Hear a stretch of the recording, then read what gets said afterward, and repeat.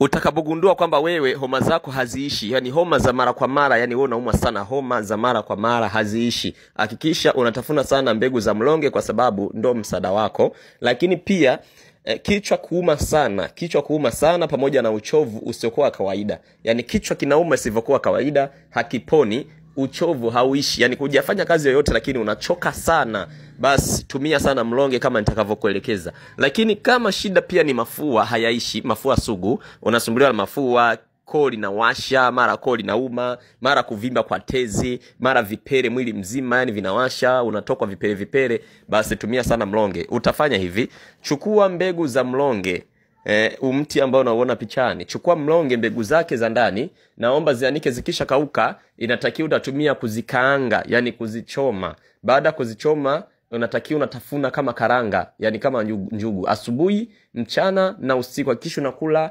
mbegu kama 21 kwa siku, yani 7 mchana, 7 na usiku 7.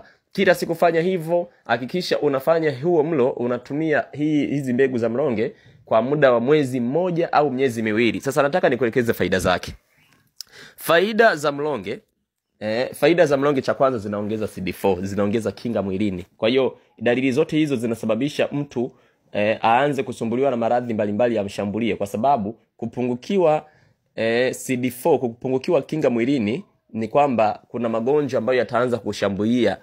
Magonjwa yatakushambulia kwa sababu kinga inapambana na maradhi katika mwili. Sasa kama kinga itakuwa chini, itadhofika, basi hakikisha unakula vitu vinavyoongeza CD4, vinavyoongeza kinga mwilini, ikiwemo mbegu za mlonge, pamoja mafuta ya mzaituni, pamoja mafuta ya mlonge, pamoja mafuta ya halbati soda, na halbati soda zenyewe yani black seed. Inatakiwa hakikisha unatumia black seed kwa wingi mno, lengo uweze kupandisha CD4, kwa sababu kama CD4 zitakuwa chini, maana yake maradhi yatakushambulia sana na utakuwa unazidiwa mara kwa mara. Kwa hata kidonda ukikipata hakiponi, kinaoza tu, kwa sababu unakuwa unasumbuliwa na shida ya kupungukiwa kinga mwilini. Kwa hakikisha unatumia vyakula ambavyo vinaongeza kinga. Au nipigie simu, comment kama una maswali ya kuuliza, au njoo DM kama unahitaji kuniuliza chochote, au nipigie simu kwenye namba 06887392 mwisho 10. Mimi ni Dr. Amri. Usisahau kulike, kunifollow, comment, kushare na kusave zaidi ili uzidi kujifunza.